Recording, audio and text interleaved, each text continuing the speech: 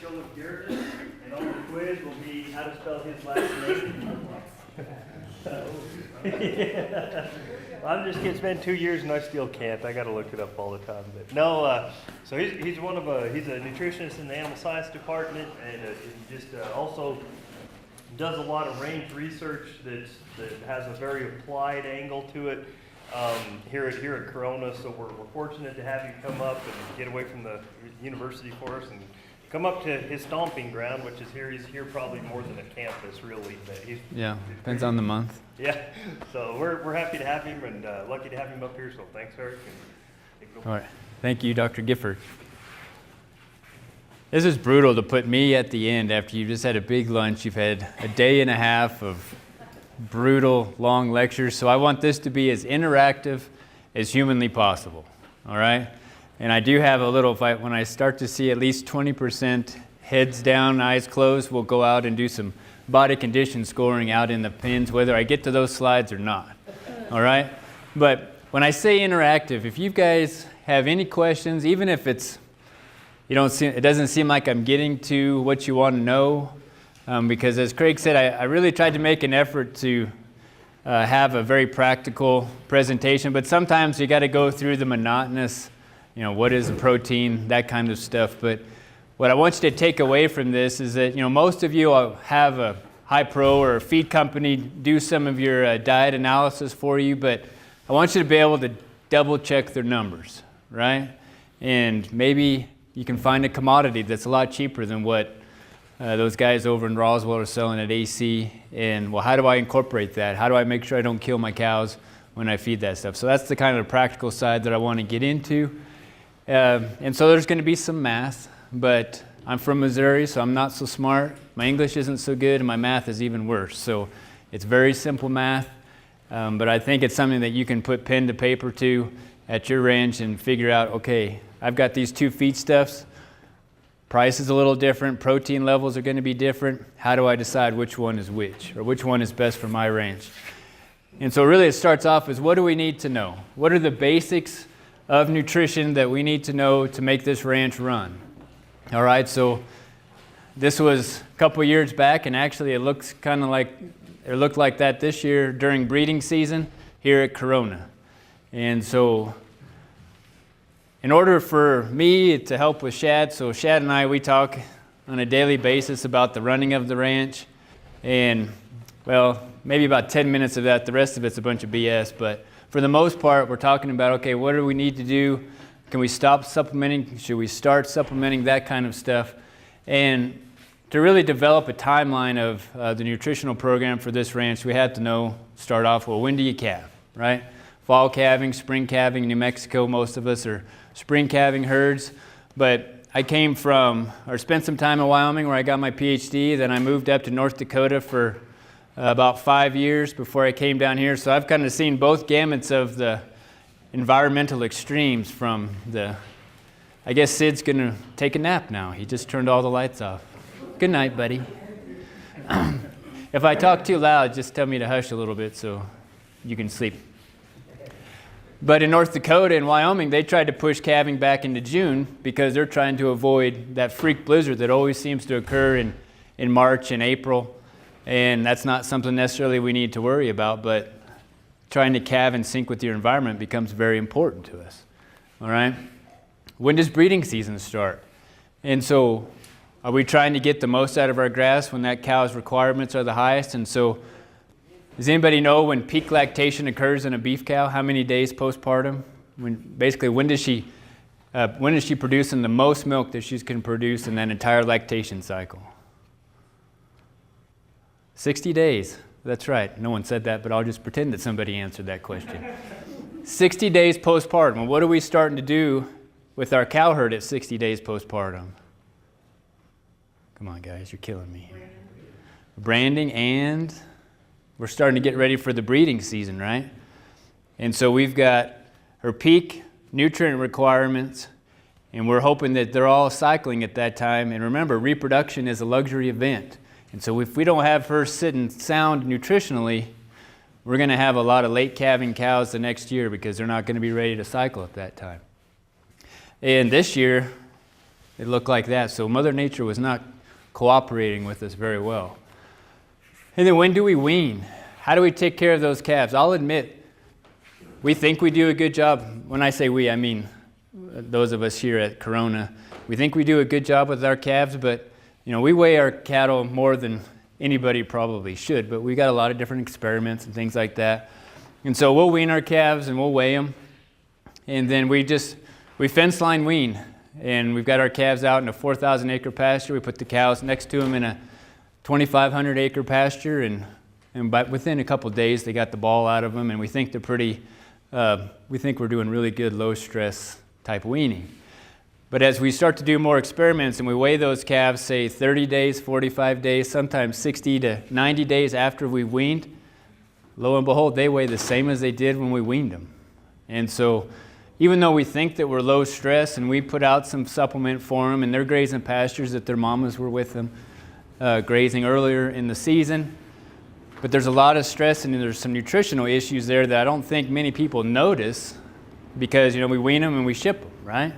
Or we keep them for a 45-day backgrounding period and then we send them off. But not everybody's weighing each calf individually. And so we don't really see some of that stuff. But that's our job, is to observe things like that and say, hey, if we're doing a 45-day preconditioning sale type system, where we wean those calves and then we're putting them on 45-day preconditioning at the ranch, then we take them to the sale barn, they're not weighing as much as they did when we weaned them. So hopefully those premiums we get cover some of that weight loss. And so those are things that we're trying to figure out here. What's the best way to supplement them? And maybe we're the only ones in the country that our calves lose a little more weight than we think, but unless you're measuring it, you may not know. Okay? And then who are we feeding? Are we having all of our 2s and 3s in with our mature cows? Are we splitting up our age group so that they can be on sweeter grass or receive a little more supplement? We obviously think about heifers being off by themselves, but our 2s and 3s, everybody agrees those are our most challenging crew.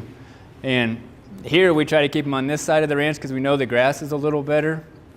And on top of that, we have a little more mustard on this side, so it adds a little more work to Richard's daily life. He was that goofy cowboy that came in here earlier today, but he's got to treat those heifers or those 2s and 3s for woody tongue 2 or 3 a year. And no matter how we try to manage our calving, or not calving, but our range management, it always seems like we get 1 or 2 of those. And so we've got to be pretty careful as to how we supplement to try to pull them off of that stuff. And then what's most important, I think you guys are going to have a pretty good handle on what are their needs, right? Because nutrition all starts with, well, how much does she need to have? Now, historically, great-granddad, he fed 2 pounds of a cottonseed cake at this time of year, and that's what we've done, and we've survived. And that's for sure true, and I can't argue with what you guys have for experience, but maybe she needs 4 pounds, or maybe she only needs 1 pound, and that's what I want to try to help narrow down some of those costs, those feed costs, for your ranch. So let's start off with dry matter intake, okay? And so whenever you look at any kind of feed table or nutrient requirements for an animal, it's always on a dry matter basis, right? So they want to eliminate differences in moisture in the feed, okay?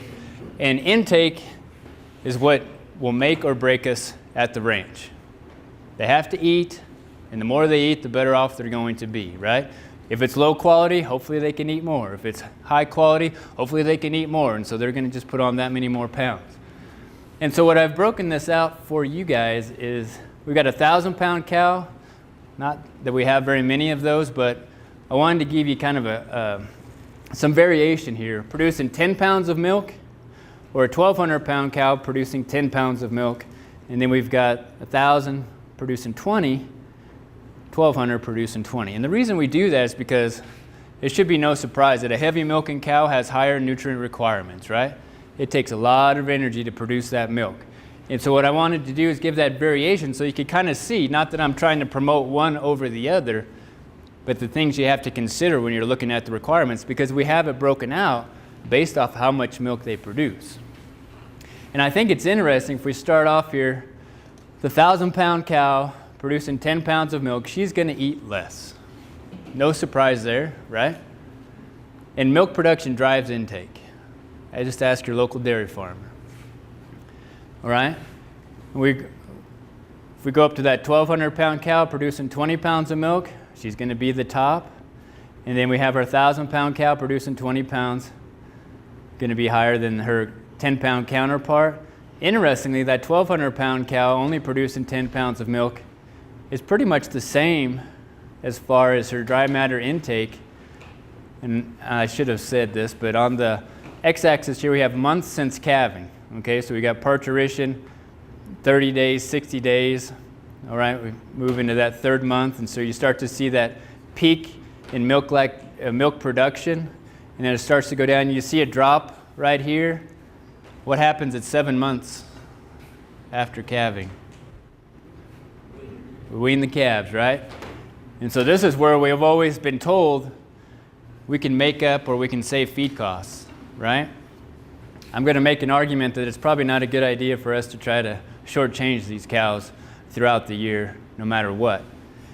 And so I think it's interesting here that once we get past this peak lactation and it starts to go down, this 1,200 pound cow producing 10 pounds of milk starts to diverge from that 1,000 pound cow producing 20 pounds of milk. And so that goes down, and then they're the same because, well, they stop lactating, and so the body weight contemporaries are going to be the same. That makes sense, right? So it's interesting. And so to give you an idea of, okay, what is 10 pounds of milk? Because how many people have ever milked their beef cows? Not very many of us are dumb enough to do that because they don't like it. They kick the crap out of you, trust me. And so our cow herd here, who we have milked, we've got a little hand milk, or, well, we strip them out, but we've done some studies to look at how does nutrition or our nutritional programs influence milk production. And so, and most of our cows are bred to sires that have a maybe 15 or lower milk EPD. And so our cows produce about 10 pounds of milk, okay? And so that's based off of our genetics to kind of give you guys a sense of, okay, how many pounds does my cow or do my cattle produce? If you're something below 20, which is hard to find in Angus registries and other places, 15 or below EPD, milk EPD, you're looking at about 10 to 12 pounds of milk. So that's where you would be at, all right? And so this intake becomes important as we start to think about the requirements for protein, energy, and different minerals, all right? And so here's the cow crude protein requirement. So whenever you see CP, that means crude protein or protein, all right? Whenever you buy your cubes, you buy it based off it's 20%, 32, whatever. It's a crude protein, and the crude just means that it's a general analysis. Doesn't tell you anything about how digestible that protein is. It's just the way we analyze it in the laboratory. Again, CP, and this is in pounds, all right? And so this looks a little more interesting in that, look at this. So we've got the blue lines. Just remember, the blue lines and the yellowish lines are the different weight classes, okay? And so those cows, irrespective of their body weight, but if they're producing 20 pounds of milk, their crude protein requirements are quite a bit higher, right? And that coincides until we get down to this dry period, and then the body weights converge irrespective of how much milk, right? So who gives a crap about that, right? Well, what that's telling you, if you've got some cows that have high milk potential, you've got to be thinking about feeding them a little more protein than you would a cow that has a lower milking potential, all right? Otherwise, they're not going to produce that milk, and that advantage that you have with the higher milk production is going to be heavier weaning weights, right? That's why we do it. And so you may not be able to realize that genetic potential of those cows if you're shorting them on protein, okay? And then if we go to cow TDN, so that stands for total digestible nutrients, and that's a measure that we use for energy, okay? Energy. It's a lot more complex, but for the most part, that's what we use to determine energy value of the feed, okay? This looks a little different than crude protein. So we've got the same kind of response in that lighter 1,000-pound cow producing 20 pounds of milk, again, is still above the counterpart of a 1,200-pound cow producing 10 pounds of milk. All right? It's not as distinct or not as separated as the crude protein, but again, energy requirements are going to be greater. no matter what her mature body weight is, that milk production drives that, okay? That's all fine and dandy, but what does it really mean when we start to look at the requirements of our younger cows? Those are the ones we're really worried about, right? And so we're a little less sophisticated when it comes to the heifer or the growing animal, so you can equate this information to a growing steer or a growing heifer, replacement heifer. They're young animals that are we're trying to get to a certain body weight. And so we don't have all of the months since calving and other things, but what I have here, and so average daily gain, this ADG, average daily gain, so how many pounds per day are they growing? The literature has this broken out in 0.6 of a pound, 2.6, and they have it in pounds, but you know, they're trying to, I had to convert it from kilograms to pounds, so that's why it's kind of odd. But what I want you to take home from this is the more performance you want to get out of these young growing animals, it shouldn't be brain surgery or rocket science, but the more nutrient dense the diet needs to be, okay? And so if you want those heifers to gain greater than 3 3/4 of a pound a day, you've got to come up with something that has 90% TDN or 90% total digestible nutrients. Whole shell corn is 88, steam flake corn 91, and so it is a challenge to try to get an energy or the diet to have that kind of energy. Now feedlots do it all the time, but those of us out here in rangeland communities, we're sitting down in this 50, and if we're really, really lucky, 60% TDN range. And unfortunately right now we're probably below that out here in this drought-stricken rangeland, probably in the 40s. In 2012, our TDN for our grass was 35%. Terrible. One step up from a toothpick, okay? So this energy really drives this performance. Now look at crude protein, and so that's the yellow bar or the orange bar. 7% crude protein, 9.5%, 11. And so if you're going to put more gain on them, you've got to have more protein, right? Because muscle is made up of protein. Amino acids make up protein. Those are the building blocks of muscle, heck, reproductive tracts for that matter. All right? And interestingly, we see that dry matter intake really doesn't differ a whole lot. We've got these girls eating 16 pounds per day, or I have percent here, but bear with me, this is 16 pounds all the way to 16 pounds, okay? And so these others are percentages, this is in pounds. And so they can't eat any more than what they can eat, right? We're stuffed. I'm sure the steaks you had last night, you thought you were at the limits of what you could consume. The cows are no different. But what we have to do is start to increase the nutrient density so when they do eat that 16 pounds, they're getting more energy and more protein per bite than they would on a low quality diet.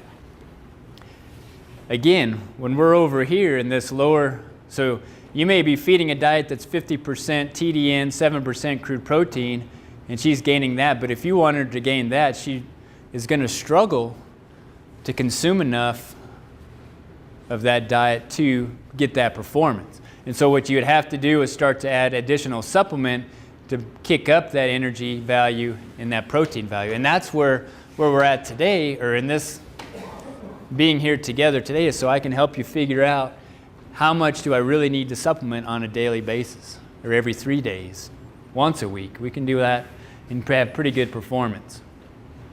Okay, so that's the growing animal. Now we're talking about our pregnant heifers, okay? And so I have this as 1,100 pound mature body weight. They may not be to that point once they become bred, right? We're going to try to target 55 to 65% of the mature body weight by the time they get to their first breeding season. But these pregnant heifers, and so this is months since conception, all right? So she's getting ready to calve. And so they have this split out that it should be no surprise that her protein requirements for that 1,300 pound mature body weight, she may only be 900 to 1,000 pounds at this point, but when she hits mature body weight, it'll be there. we can see just a nice little increase because remember at this point in this last or third trimester, what's growing really rapidly? That baby, right? Well, that baby's taking up room in her body cavity, which is made up of the rumen, right? You see what I did there? Okay? And so she can't eat as much as she could when that baby was much smaller. And so we've got to increase the nutrient density. In addition to that, calf is growing exponentially because once we hit this 4th and 5th month, we see body weight gains on those calves go up pretty fast, okay? Energy requirements has the same curve, okay? So again, what do we need to know? This is all fine and dandy, but Dr. Cattlegrowers, or however the hell you pronounce that last name, I still don't know how to feed these girls, all right? And we hope that we can add a little more information because we're hoping our pastures look like this, okay?